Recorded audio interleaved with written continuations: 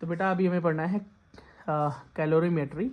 इसका मतलब है कैलोरीमेट्री का जो यूज़ होता है, इसका मतलब है कि ये हीट की मेजरमेंट में यूज़ होती है। Is the branch of physics that deal with the measurement of heat. Heat को नापने के काम आती है, ठीक है। जैसे कि principle of calorimetry state that the heat gained by a cold body must be equal to the heat lost by the hot body. इसका क्या मतलब है, थोड़ा सा मैं एक चीज़ें समझा देता हूँ, फिर एक न्यूमेरिकल कराऊंगा तुमको। 1 सेकंड का टाइम दो, समझाता हूँ कि ये कहना क्या चाह रहा है।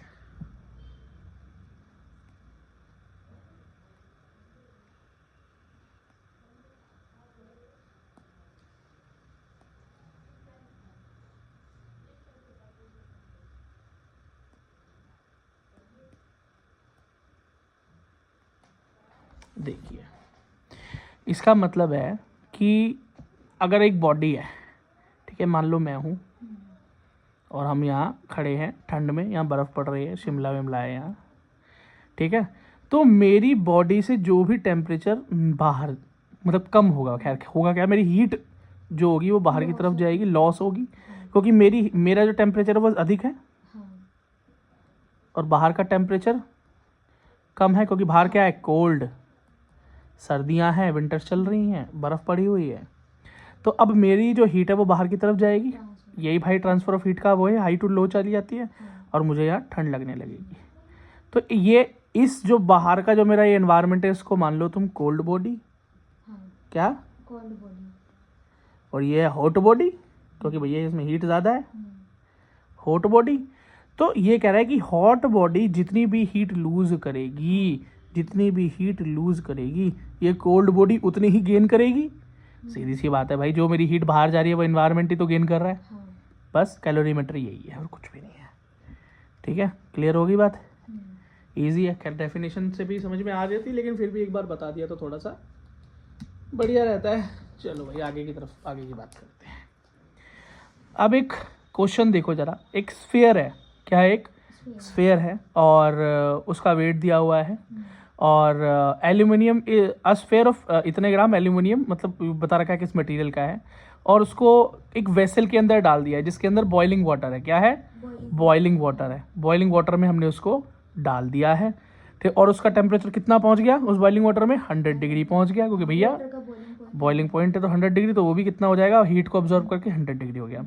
It is then immediately transfer to the अब 0.14 किलोग्राम कॉपर कैलोरीमेट्री कंटेन इतने gram of water at 20 degree. अब उसको वहाँ से उठाकर एक दूसरे कंटेनर में इमीडिएटली डाल देते हैं जिसके अंदर वाटर पड़ा हुआ है और उसका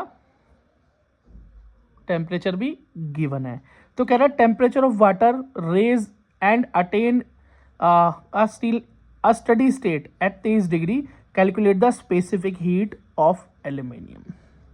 स्पेसिफिक हीट कैलकुलेट करनी है, चलो आराम से पता लगा लेते हैं। ये देखो, जैसे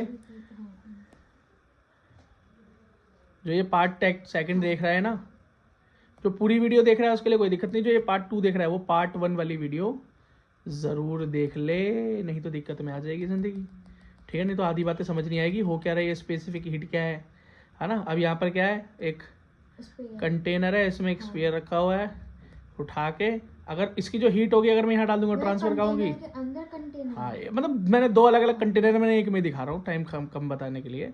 तो ये लोहे, सॉरी लोहा बोल रहा हूँ, ये जो हमारी कॉपर की बोल है, स्फीयर है, ये पानी में पड़ा हुआ है और 100 डिग्री इसका टेम्परेचर हो गया बॉइलिंग वाटर की वजह से, उठा के दूसरी तरफ डाल देंगे तो इसका हीट ट्रांसफर का होगा पानी में, और जिस चीज़ का ये बना हुआ है कॉपर का, 100 तो नहीं होगा, टोटल हीट थोड़ी ट्रांसफर हो जाएगी वहाँ पे, 100 का उसका भी तो एक अपना टेम्परेचर है वहाँ पे, नहीं टोटल नहीं होती, कैसे हो जाएगी, हो ही नहीं सकती कभी। अभी थर्मो पढ़ोगे तो पता चल जाएगा, ठीक है। टोटल हीट कैसे ट्रांसफर हो जाएगी यार, खैर निकल तो जाती है लेकिन पूरी नहीं होती। चलो अच्छा, इसके अंदर कुछ चीज़ें दे रखी हैं, स्पेसिफिक हीट दे रखी है कॉपर की और वाटर की भी दे रखी है, ठीक है ना।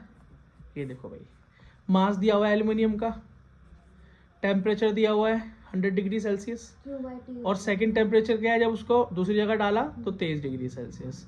टेम्परेचर का डिफरेंस कितना आया, तो डिफरेंस निकाल लो भाई, हाँ T1 माइनस minus T2, कर दो। तो टेम्परेचर डिफरेंस आ गया।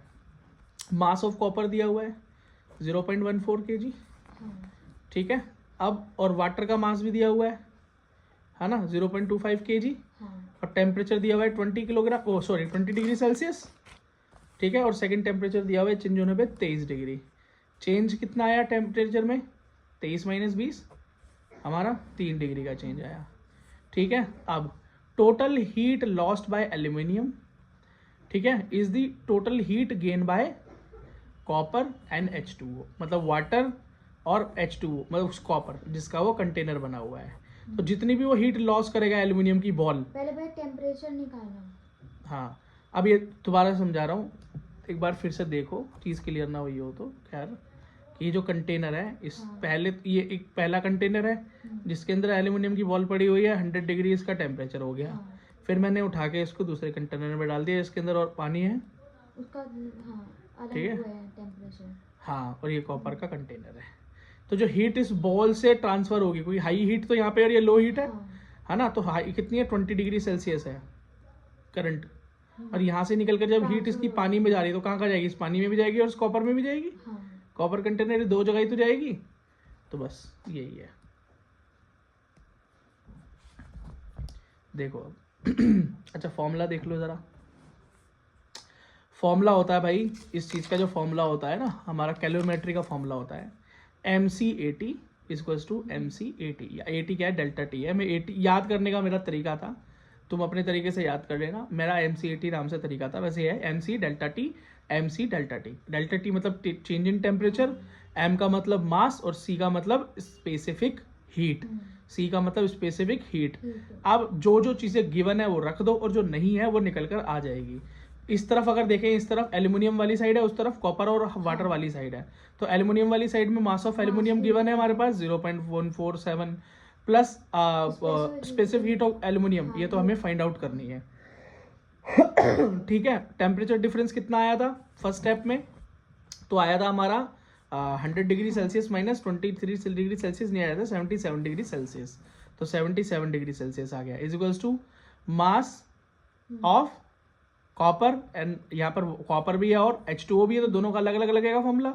तो मास ऑफ कॉपर और specific heat of copper delta T, plus mass of H2O and specific heat of H2O and delta T. तो वाटर का लिख लिया मैंने यहाँ पे, गिवन मास है 0.25 और स्पेसिफिक हीट गिवन है वाटर की, ठीक है यदि 4186 यहाँ पर लगाया, और डिफरेंस कितना आया था टेम्परेचर का, तो 3 डिग्री का डिफरेंस आया था, ये देखो, ठीक है। तो 3 डिग्री मैंने यहाँ पर लगा लिया। और जिस तरह आप कॉपर का ले लें, तो कॉपर की स्पेसिफिक हीट दी हुई है, वो सॉरी मास दिया हुआ है 0.14, स्पेसिफिक हीट दी हुई है 3860 गिवन है ये, और चेंज क्या है भाई 3 डिग्री, वो 3 डिग्री का ही चेंज है दोनों में। अब एक ही चीज़ है, ये स्पेसिफिक हीट ऑफ एल्यूमिनियम यहाँ छोड़ दो, बाकी को उधर भेज दो, ठीक है, सिंपल मैथमेटिक्स।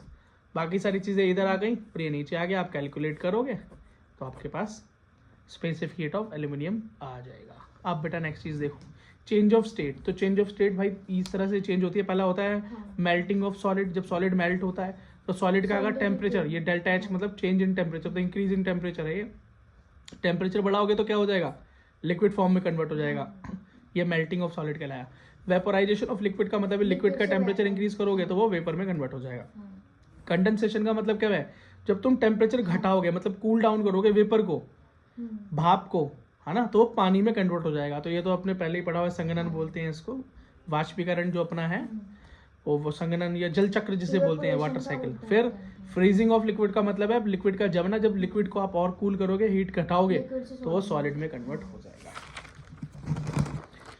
चलो जी, अब देखो भाई अब याद रखना बेटा, ये बड़ी इंपॉर्टेंट चीज़ है कि फेस चेंज जब होता है तो उस टाइम पर टेम्परेचर जो है वो वही का वही रिमेन रहता है, सेम रहता है। इसका क्या मतलब है, इसका मतलब है कि जब, जैसे मैंने एक एग्जांपल यहाँ पर लिख दिया है समझने के लिए, जैसे कि पानी का बॉइलिंग पॉइंट क्या है 100 डिग्री। 100 डिग्री के बाद तुम पानी को कितना ही गर्म करते रहो, फिर उसका टेम्परेचर इंक्रीज नहीं होता, फिर वो क्या होने लगता है, बॉयल होने लगता है और वेपर में कन्वर्ट होने लगता है। तो आप बोलोगे जो एक्सेस हीट है, जो हम उसको और भी गर्म करे जा रहे हैं, फिर वो वहां दिखाई नहीं देगी, वो दिखेगी, वो उस भाप में चली जाएगी, उस वेपर में जाने लगेगी। फेस चेंज का मतलब समझ रहे हो कि कोई सॉलिड से लिक्विड हो गया, कोई लिक्विड से क्या हो गया, वेपर हो गया, मतलब फेस चेंज हो रहा है, स्टेट चेंज हो रही है, ठीक है। तो जब फेस चेंज हो रहा है और जो हमारा ये शेप चेंज हो रहा है, शेप तो खैर बोल रही हूँ, जब इसका स्टेट चेंज हो रहा है तो याद रखना कि जो टेम्परेचर है वो हमेशा उतना का उतना ही रहता है, टेम्परेचर इंक्रीज नहीं होता। टेम्परेचर तुम कितना ही बढ़ाते रहो, नीचे से गैस कितनी जलाते रहे ना, पर पानी का जो टेम्परेचर है बॉइलिंग पॉइंट 100 डिग्री ही रहेगा, बस वो भाप में अब कन्वर्ट होने लगेगा, वेपर में कन्वर्ट होने लगेगा। तो कभी भाप पे ऊपर हाथ लगा के देख लेना, मजा आ जाएगा। उसी के ऊपर तो मोमोज पक जाते हैं। चलो अगला सुनो, लेटेंट हीट क्या है। लेटेंट हीट का मतलब होता है बेटा एक, मतलब वो अमाउंट ऑफ हीट जो चेंज ऑफ स्टेट, मतलब किसी भी सबस्टांस के जो हम फेस को चेंज कर दें, किसको, जो फेस को चेंज कर दें, वही लेटेंट हीट है या एक्स्ट्रा हीट है या छुपी हुई हीट है। लेटेंट का मतलब क्या होता है, छुपा हुआ भी होता है ना, तो वो चल रहा है ना आजकल, इंडियाज गॉट लेटेंट, इसका क्या मतलब है, इंडिया का छुपा हुआ टैलेंट। तो वो हीट जो दिखती नहीं पर है, जैसे कि पानी को मैं गर्म कर रहा हूँ, अब उसका फेस चेंज हो रहा है 100 डिग्री सेल्सियस पे, तो नीचे जितनी भी मैं एक्स्ट्रा हीट दे रहा हूँ उसका क्या हो रहा है, वो हीट, वो छुपी हुई हीट वो फेस को चेंज करने में जा रही है, ठीक है ना। तो वो लेटेंट हीट है, फॉर्मूला है एल, और सॉरी मतलब इसका डिनोशन के लिए यूज होता है एल, और इसका फॉर्मूला है Q by M. Q is the heat given, कितना आप हीट दे रहे हो, क्यू, और अपॉन में मास, बस याद रखना ये फॉर्मूला। अब मेल्टिंग पॉइंट क्या है भाई, मेल्टिंग पॉइंट का मतलब the temperature at which the solid and liquid state of a substance coexist. इसका मतलब एक ऐसा पॉइंट, मेल्टिंग पॉइंट क्या है, मतलब एक ऐसा पॉइंट जिस पॉइंट पर आकर सॉलिड लिक्विड में कन्वर्ट होना शुरू हो जाता है और दोनों एक साथ एग्जिस्ट कर रहे हैं ना। अब जैसे वाटर की बात करो, जब तुम उसको वेपराइज कर रहे हो, बॉइलिंग पॉइंट पे जा रहे हो, तो जब वो बॉइल हो रहा है तो साथ में वेपर भी दिख रहा है ना तुम्हें, पानी लिक्विड फॉर्म में भी है और वो वेपर में कन्वर्ट भी हो रहा है, तो दोनों फॉर्म क्या को एग्जिस्ट कर रही हैं एक सिंगल टेम्परेचर पॉइंट पे, ठीक है। तो मेल्टिंग पॉइंट क्या है, जहां पर सॉलिड लिक्विड दोनों फेज एक साथ एग्जिस्ट करते हैं, और सॉलिड किस में कन्वर्ट हो रहा होता है, लिक्विड की तरफ कन्वर्ट हो रहा होता है, लेकिन टेम्परेचर फिक्स हो जाता है, इसलिए वो पॉइंट है। बॉइलिंग पॉइंट में फिर यही है जब लिक्विड जो है वेपर में कन्वर्ट हो रहा हो, ये दोनों स्टेट एक साथ एग्जिस्ट करें। सब्लिमेशन क्या है, जिस प्रोसेस के अंदर सॉलिड सीधा गैस बन जाए, जहां पर ये दो स्टेट बीच में और गैसीय स्टेट हो, मतलब सीधा गैसीय स्टेट में लेकिन लिक्विड स्टेट बीच में एग्जिस्ट ना करे।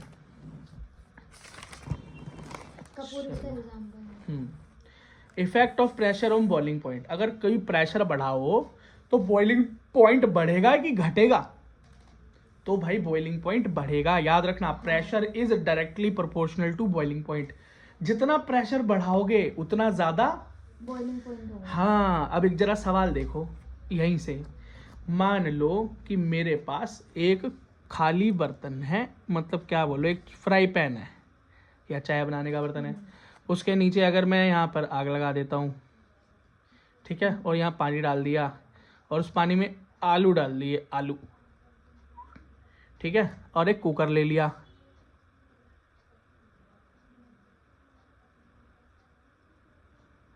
हाँ, सीटी वाला कुकर ले लिया।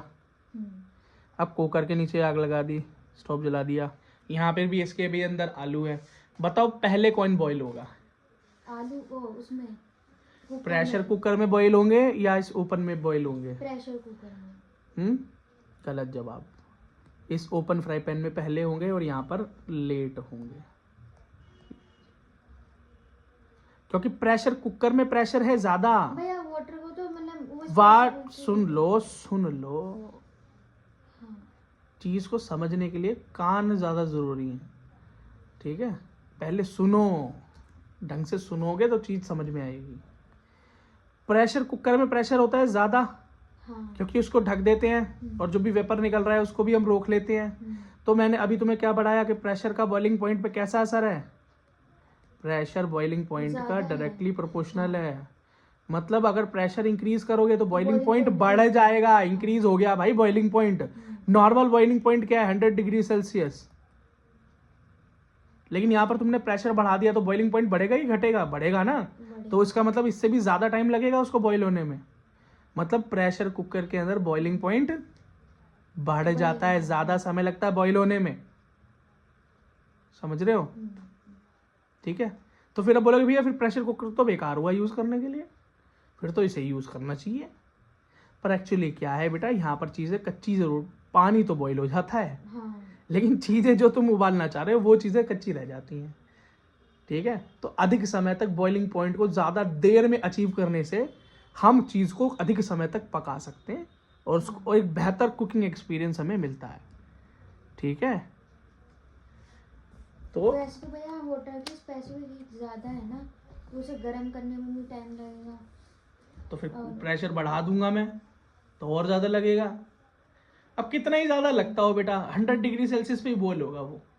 हाँ बस कुकर में डाल दोगे तो और भी ज़्यादा टाइम लेगा, कुकर में पानी और देर में उबलेगा, ठीक है।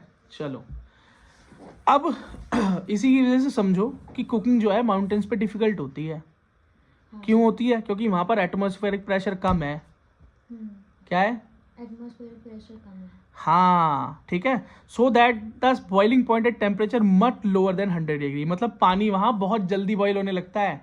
100 डिग्री सेल्सियस से भी पहले क्या होने लगता है? बॉयल होने लगता है। तो हमारे लिए कुकिंग बहुत डिफिकल्ट हो जाती है। The pressure inside a pressure cooker is increased much above the temperature pressure but not allowing the stream to escape. ये मैंने बता दिया प्रेशर कुकर का काम क्या है और क्यों वो काम नहीं करता, ये भी मैंने तुम्हें समझा दिया है, ठीक है ना। चलो अब effect of pressure on melting point. Melting point पे भाई कैसा फर्क पड़ता है? तो मेल्टिंग पॉइंट की बात करें तो मेल्टिंग पॉइंट डिक्रीज होता है जब प्रेशर इंक्रीज होता है। मतलब जब तुम बेटा किसी बर्फ के ऊपर अंगूठा रख दो इस तरीके से, तो वहीं से पिघलना शुरू हो जाती है ना वो। हाँ। वहीं जल्दी पिघलना शुरू हो जाएगी। हाथ रख दो, वहीं से जल्दी पिघलना शुरू हो जाएगी, ठीक है। तो प्रेशर जब पड़ता है तो मेल्टिंग पॉइंट कम होता है। कम हो जाता है, मतलब मेल्टिंग पॉइंट कम हो जाता है, बस याद रखना है इसका। अच्छा अब ये रिजिलेशन क्या है, या रेगुलेशन बोल दो उसको, या रिजिलेशन बोल दो, या रेजिलेशन बोल दो, जो तुम्हें सही लगे वो बोल दो। इस शब्द का मतलब क्या है? इसका मतलब ये है जब तक हम बर्फ पर प्रेशर रखते हैं तब तक तो बर्फ पिघलती है जल्दी, मेल्टिंग पॉइंट डाउन हो जाता है, और जैसे ही उससे हटते हैं वो बर्फ दोबारा से जम जाती है, या वो जो सबस्टेंस है वो दोबारा से फ्रीज हो जाता है। तो अगर कुछ इस तरह का फिनोमेना देखने को मिले तो उसको रिजिलेशन बोलते हैं। क्या बोलते हैं? रिजिलेशन बोलते हैं, है ना। जब स्कीइंग वगैरह करते हैं जहाँ पर वो स्नो के अंदर, तो उसके ऊपर जब प्रेशर डालते हुए निकलते हैं तो वहाँ से बर्फ पिघलती है हल्की हल्की, वो आप से स्किड कर सकते हैं। फिर जैसे जैसे वो आगे निकलते जाते हैं वो दोबारा से फ्रीज होती चली जाती है पीछे टेम्परेचर की वजह से। अब mode of heat transfer, heat कैसे ट्रांसफर होती है? 3 तरीके से होती है। कंडक्शन से होती है, कन्वेक्शन से होती है और रेडिएशन से होती है। मतलब जो हीट एनर्जी है एक बॉडी से दूसरी बॉडी में ट्रांसफर होने के 3 तरीके हैं। सबसे पहला कंडक्शन। कंडक्शन का मतलब क्या है? जिसके अंदर हीट एक पॉइंट से दूसरे पॉइंट ट्रेवल करती है लेकिन मूव कुछ भी नहीं होता है। जैसे कि ये एक एग्जाम्पल देखो, मान लो आग जल रही है,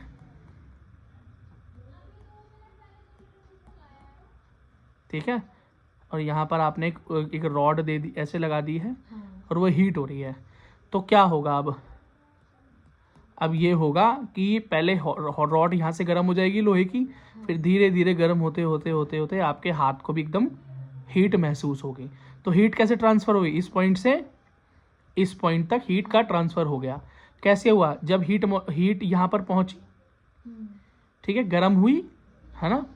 अब हीट ने जब इसको गर्म किया तो ये जो मॉलिक्यूल्स हैं अंदर, जो एटम्स हैं, वो उनकी काइनेटिक एनर्जी बढ़ी, एक्साइटमेंट बढ़ी, और उन्होंने क्या किया बेटा? हीट को ट्रांसफर करना शुरू किया, एक 1 पॉइंट टू अनदर पॉइंट, और एंड तक पहुंचा दिया, ठीक है। तो यहाँ पर इस के मॉलिक्यूल थोड़ी ना मूव हुए, हीट मूव हुई, लेकिन ये क्या है? एक दूसरे के कनेक्शन में है। किसमें है? कनेक्शन में है, ज्वाइंट में है। तो ये हो गया पहला तरीका, ठीक है। दूसरा तरीका है बेटा कन्वेक्शन। क्या है? कन्वेक्शन। जिसके अंदर जो हीट है, ठीक है, convection the heat flows from region of higher temperature to the region of lower temperature with actual movement of particle.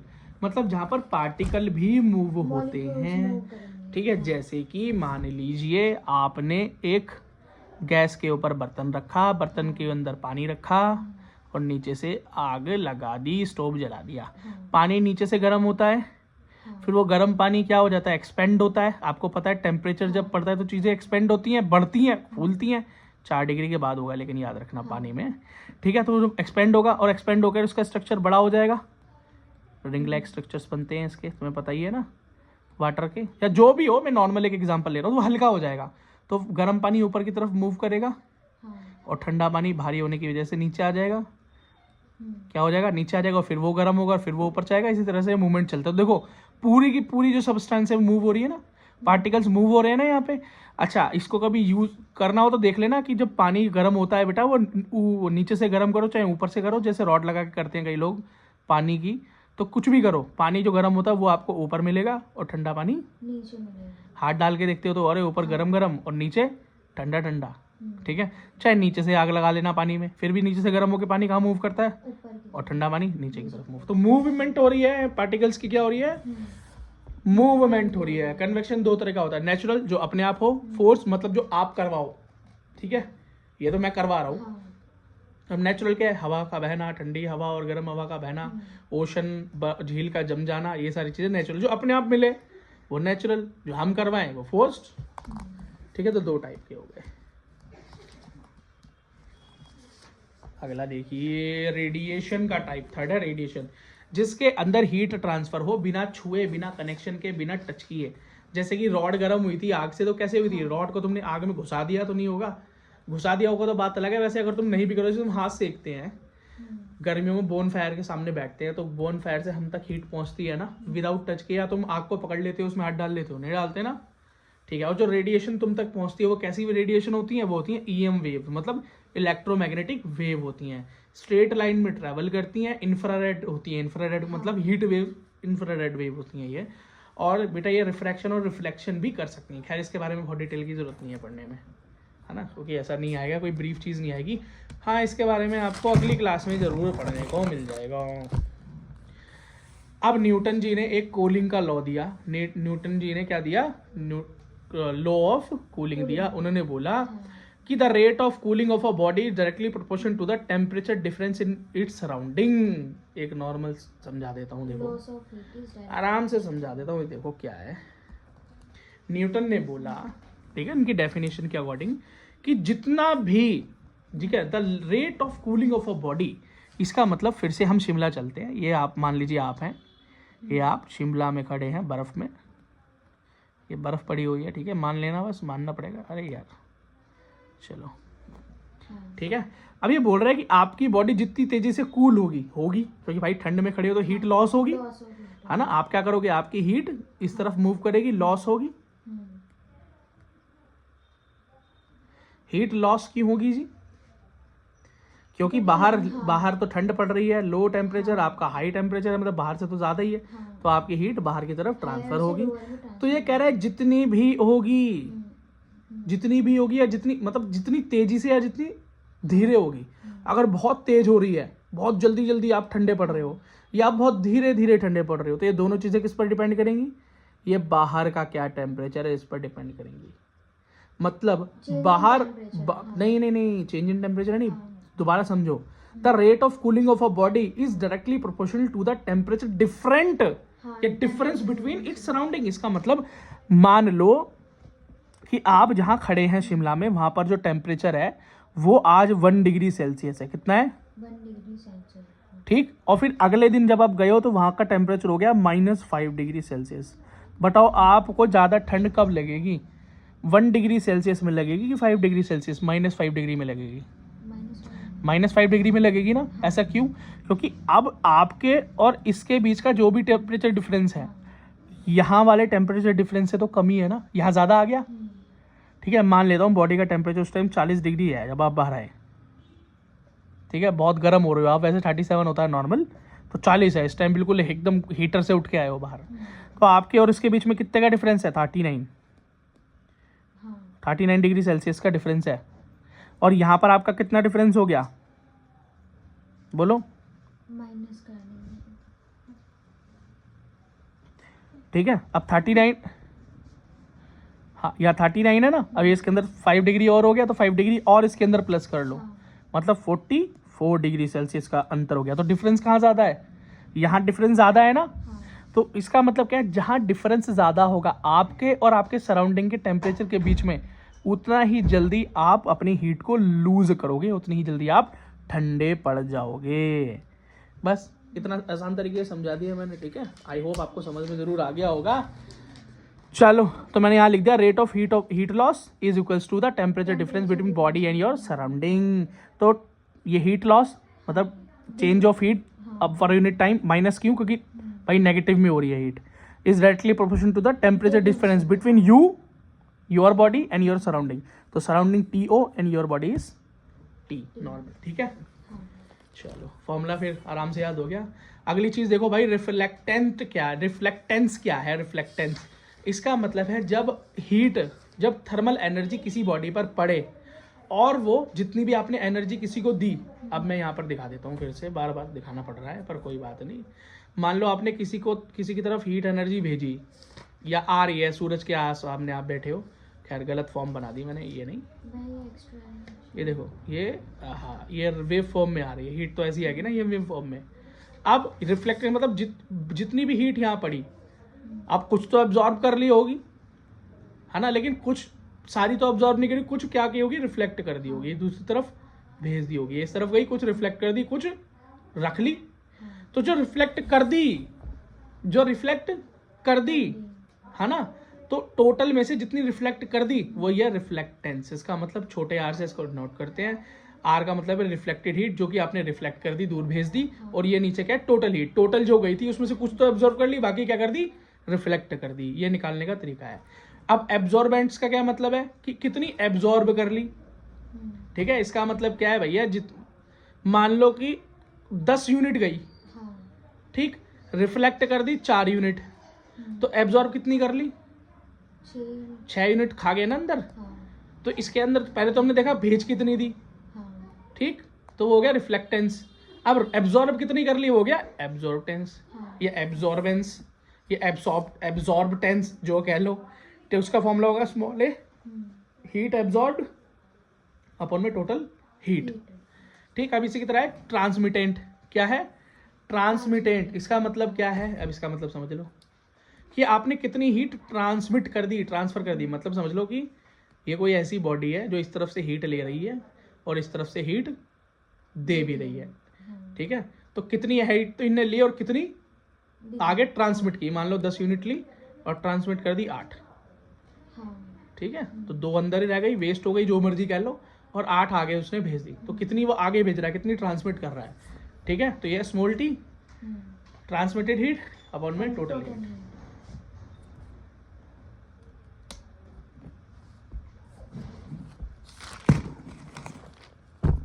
चलो अब पढ़ते हैं ब्लैक बॉडी।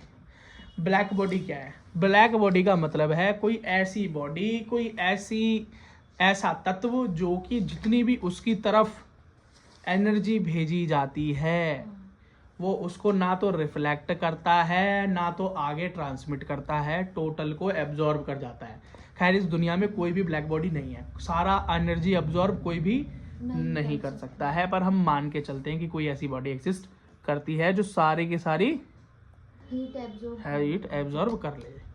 ठीक है ना। अच्छा, उसके बाद ब्लैक बॉडी क्या करेगी, एब्जॉर्ब करने के बाद वो पूरी की पूरी हीट को आगे वो क्या कर सकती है, एमिट कर सकती है। जितनी टोटल ली उतनी टोटल एमिट कर सकती है। और याद रखना जो भी वेवलेंथ निकलेगी, है ना, वेवलेंथ की जो भी रेंज होगी, जब वो एमिट करेगा एनर्जी को, जब टोटल एनर्जी को एमिट करेगा, फेंकेगा बाहर की तरफ फेंकेगा, तो वो उसके मटेरियल पे डिपेंड नहीं करेगी वो किस चीज से बनी हुई बॉडी, उस पर डिपेंड नहीं करेगी, वो डिपेंड करेगी उसका क्या टेम्परेचर है। जितनी ज्यादा वो हीट एब्जॉर्ब करके जितनी गर्म होगी उतनी ही वो दूर तक वेवलेंथ फेंकेगी। बात खत्म हो गई। अब एक लास्ट और फाइनल चीज है इस चैप्टर की, क्रिशॉफ लॉ।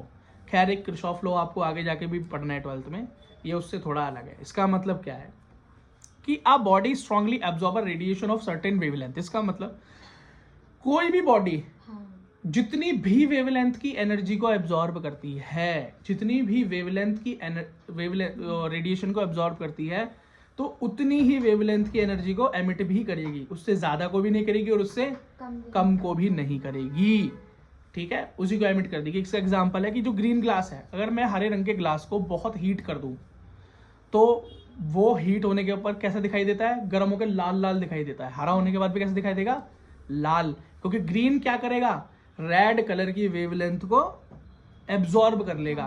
तो जो एब्जॉर्ब किया रेड कलर, तो एमिट भी क्या करेगा, जब बाहर निकालेगा उस हीट को तो क्या दिखाएगा, रेड कलर। ठीक है, चलो तो इसी के साथ इस चैप्टर को करते हैं विदा। आई होप आपको समझ में आया होगा. So thank you so very much. Like subscribe ठोकते जाओ.